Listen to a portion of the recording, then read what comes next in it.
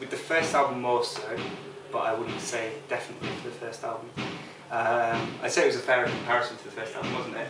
Like, I think that's more where we came from when we started the band, and I think now people may still use it, but I think it's a bit lazy to use it now for the second album. Like, there's been a couple of like reviews of the album where they have noted that it's not really fitting in there anymore. Not that I can really suggest where it does fit, but I just don't think it really fits as a post-rock, post-metal kind of album. Yeah. I guess it's always the way the band started was, you know, we all came together because the only when we got Nathan started off with me and Tim, who's here, and then when Nathan came along, it all felt we kind of brought what we did individually together to make what the band is. And if you brought another person in, it would be a completely different band because they'd bring their thing. And I think what we do as a three is exactly what Brontide is. The genre might not stay the same, things might change, but the way we play, the things we like, the things we bring to it will always be the same. And that's what's fun about the band for us, and what we can do in the three. And playing more than one thing at the same time is exciting because it keeps it fresh, and it'd be very easy to go, let's get a keyboard player and he can take care of all the electronics, but it's more fun for us to work out how we do it at the same time as playing our instruments. It's more of a challenge. Yes, it's very important. We wouldn't put it on if we couldn't do it. Yeah, pretty much. We've always been quite against using track. Yeah. Never would. Yeah, it just wouldn't. For our kind of band, the reason, you know, most of the people that like us are, I'd say we're probably musicians, and they like how we put things together and how we layer and you know, and that kind of thing. And I think it would defeat the object if we start just leaving things out because we couldn't. Yeah. It's more of a challenge. It would take away part of the aspect that's entertaining about seeing it live. I think if you watched it and you could go, ah, it's just all there, then it would wouldn't have that little spark. Yeah. I think so. What were you saying about the first one was more like a difference between dynamics, heavy and soft, and this one's kind of between more melodic and more sort of like darker stuff, more melodic, but not necessarily with just being like loud, quiet, it's more. I certainly think changing feeling. The music we're listening to while I was writing was more varied and generally, yeah, like you say, it had a more emotional content, and I kind of think like our buzzword almost for the first record would be like, it's going to be epic, it's going to be big, but it becomes quite easy and almost obvious to do, like you just have to build and then go somewhere big, and it was like this time we wanted to create something that was more cinematic, where the highs and the lows weren't necessarily created by just the volume and the extravagance of the music. You could create the same drama with actually something quite light as long as it had the kind of emotional weight to it, so that was definitely a sort of focus whilst we were writing. I also think we've got better in a way. I think that the first record we probably, you know, if we could have made that emotional thing as much as we had on this, we would have done it, but we didn't know how to do it very much, and now I think we can. Yeah.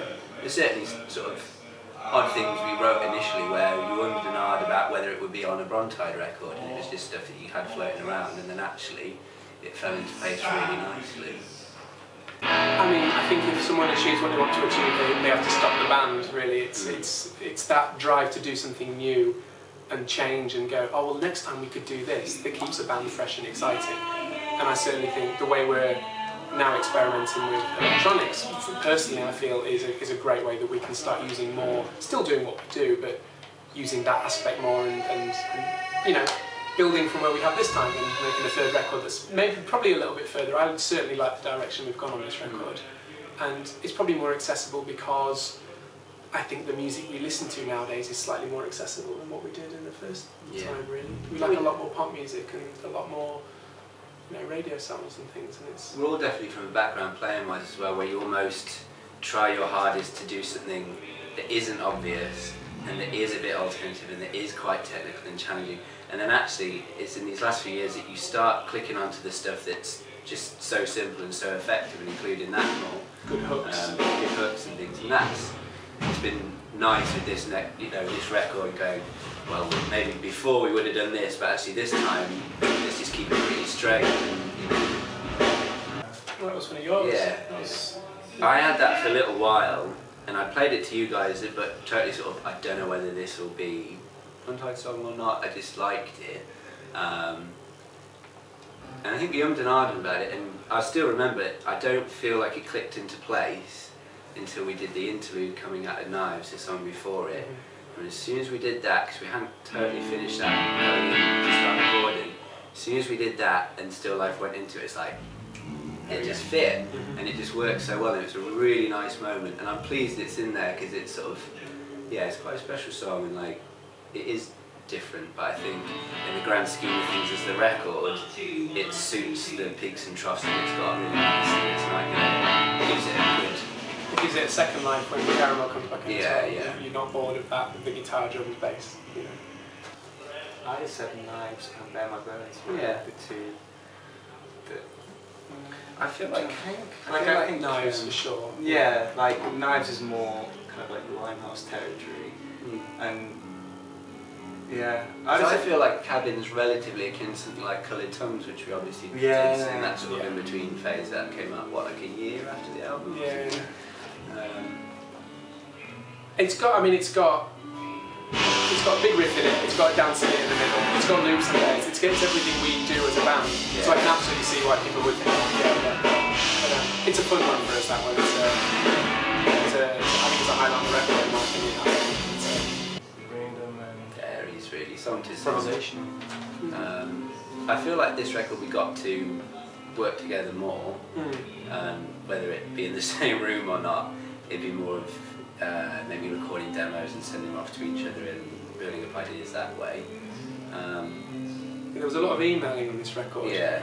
You know, it very much used to be Tim would come in with a song, and then me and Nathan would add our bits and then suggest things, and then we'd juggle it to see what would work, if anything changed, better or worse. And this one was a lot more like Tim had a riff, or I had an electronic part, or Nathan had a bass line, and we'd all throw it into the mix of it.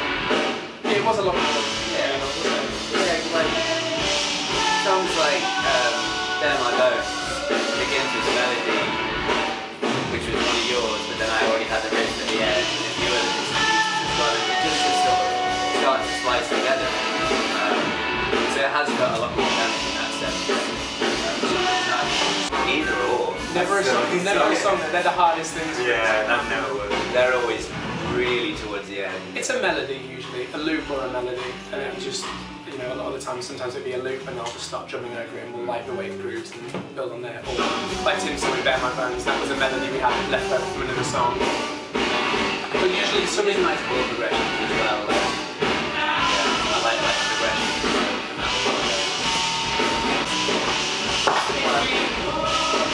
As much as we can, we'll try and do it with what we have.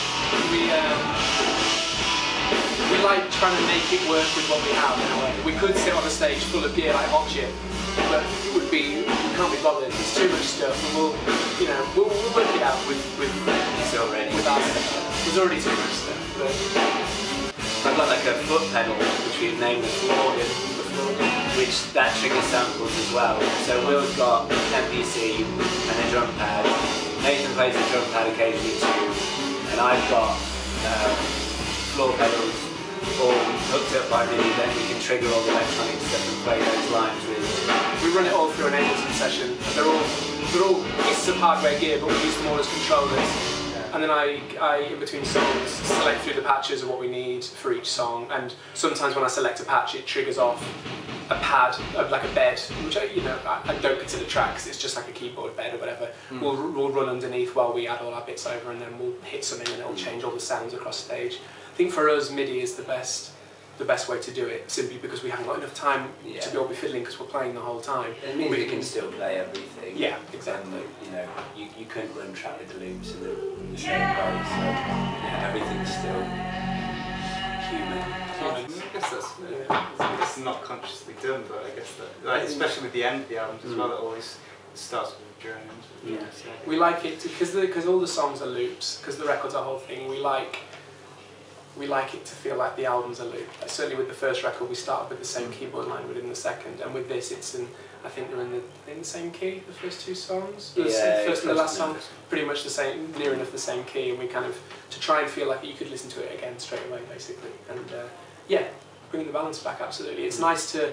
We don't want to leave someone on a brash song and finished. It needs to be like, and relax. I hope you Yeah, enjoy I guess it. that it's come about from trying to make the tracks flow from one to the other, meant that generally there's, you know, an interlude which comes down lower to segue the two songs. Well, this was, we recorded in a studio in the middle of the countryside, in an absolutely beautiful place. There were sheep, there were birds, there were animals, there were no cars for days. It was literally like a metal box in a field. In a field, in the middle of nowhere. And every time we'd do a take, we'd walk out into the, you know, look out into the field, hear all these animals, hear all these birds singing, and it was lovely. It was so good for the soul, like really peaceful out there. And I think the one for me where it happened is we did an interlude out of Knives, where me and Tim kind of almost improvised it, and it felt really good. It felt just that bit of studio magic. And then we walked out, we were in the countryside, and just the feeling we got then, we wanted to try and somehow get on the record, like whether that's, you know, whether that's why the record feels more emotive because we were when we were playing it, or I'm not sure, but certainly at the end we wanted people to feel how we felt like that. And you know, who doesn't love bird sound? I just like it when albums do that sort of thing, you know, it's just that when you can listen to every song and then at the end there's something like that as well, it just kind of, I don't know, particularly if you're listening to it late at night or something and it's the last thing you hear, I think it's nice touches. I would like that. English isn't a very beautiful language. You know, the French is just the most beautiful language. You know, everything we love. You know, there were so many things with this record, and we were trying to name it. Just thinking, well, we'll just make it French. I think it sounds better in French. It's purely the beauty of the word. You know, arioso, what a lovely word. You know, it's just, it obviously means, you know, means what it means. The reason we chose it for each song. You know. We tried to vary, we tried to get away from it a bit on this record because we knew we'd just name every song with a foreign title. We knew we'd do it, so we did try and step away from it. But Tenitro was an old song, and we had that, and I think it's a great title. Yeah, that's what it is the as name well. Brontide as well. Exactly, the thunder thing and the lightning. It's always difficult because you don't have an obvious lyric to follow or anything. So you generally, with this, we had like a pool of ideas of sort of ideas that we wanted to base titles around for each song and things like that, and it would just be, you know, trawling through different words or descriptions, just trying to pinpoint that thing that would, you know, encapsulate what we thought about the song, which took forever. That was the least fun thing. Yeah, it probably takes longer than writing some of the songs. Kith and Kin was called Pop Song for about 2 weeks. Yeah. And they all have little names. You know, just what we can remember of all the quite. Oh yeah, cool. Yeah, we needed to move away from some of the sillier names that maybe kicked off when we first started. I mean, I've I don't know, last however many years I've been playing around with pedals, but I love the drum because very versatile but not overly weird. It's one of these sort of pedals where you almost have to work a bit to get some of the stranger sounds from it, and that. Because I used it a lot, but just with like straight octave up and down things, but then you start exploring it a bit more, and the sweeps you can do are really good fun, and I remember coming up with that little bit, and it's so piercingly high, but I was like, this has to go in, it's so good. Yeah, I was pretty pumped about that one. I think, for me, I've started running 2 amps simultaneously, probably in the last, I don't know, a fair little while actually. Because there's only just one guitar and we want to get that breadth of sound, I run a Marshall head, but a bit more bottom end, a bit more bassy to it, and then the Sound City is got a bit more top end, a bit trebly, really cuts through, and the two together is really, really nice. So I just run them all at the same time so you get that width to it. I don't like playing with one amp anymore. Yeah, it doesn't seem the same. For me, it's just getting a nice clean level. I'm using the Ampeg Portaflex head, just nice and simple. Yeah, just getting very nice playing level, and it's mainly in the pedals because I've always got Sans amp pretty much runs all the way through unless I'm doing, I think there's like 2 bits where I'm picking with that pedal or tapping, I won't use a pedal. Making sure the Sans amp level is what I want, that's my main priority. And then on top of that, just building my pedals on top of the Sans amp. So the BT bass on top of that, making sure that goes well with the Sans amp but can play well on its own.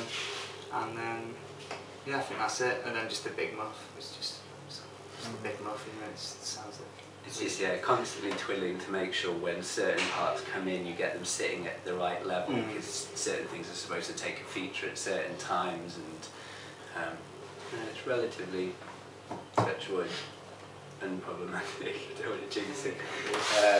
Too many things. Yeah, it works well, I think. You know, I know there's probably ways I could refine my board and things and make it easier as far as hearing loops would be concerned and things like that, but at the same time it's almost, it has to be playable. I'll get shows where I'll play fine guitar-wise, but I just won't get things right with my feet because there's so many different changes that I have to remember and do at the right time that I remember trying to swap my board around a bit once and it just threw me completely, so it almost has to remain in the same kind of state. Yeah, it has to become learned.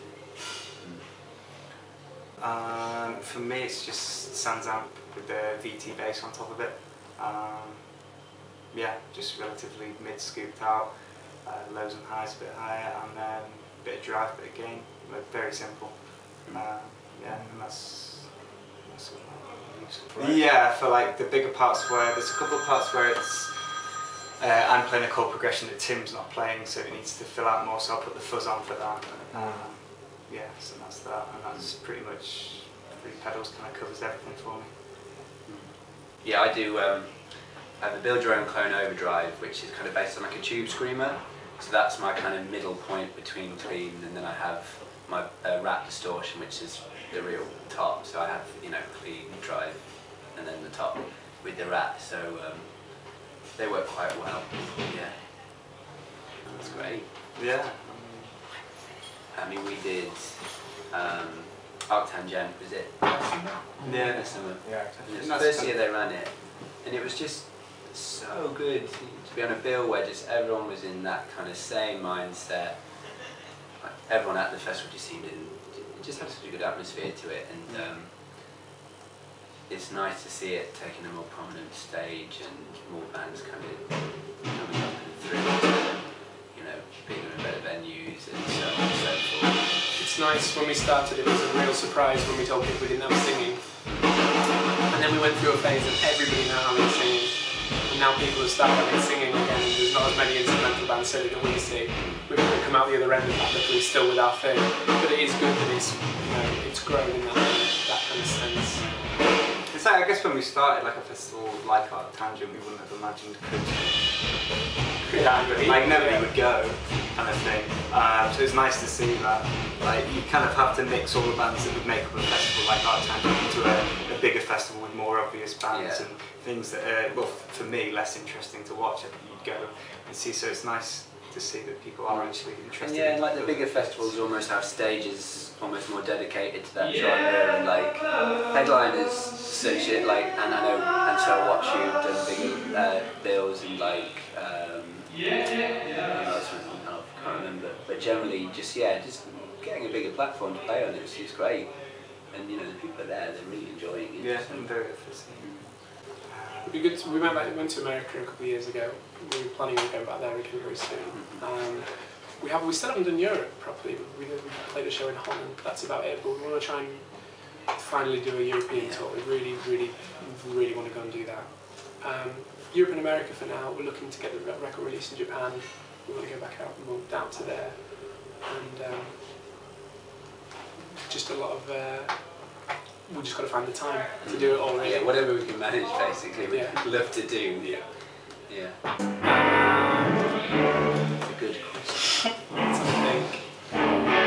There's a band called Stats who are fantastic. Stats sound a bit like Talking Heads. They're from London, and it's just there's quite mathy elements. The guitar lines are always quite faulty, quite, you know, quite mathy, but really good pop mathy songs. So Stats are great.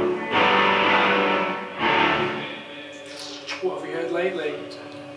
Not much, I think like that. We're trying to think of support bands and stuff recently, and I don't know, maybe we're just a bit out of the loop and sitting so much on our own things and not actually being out playing. Yeah. That when it came to that, it was like, so we're just getting back into that.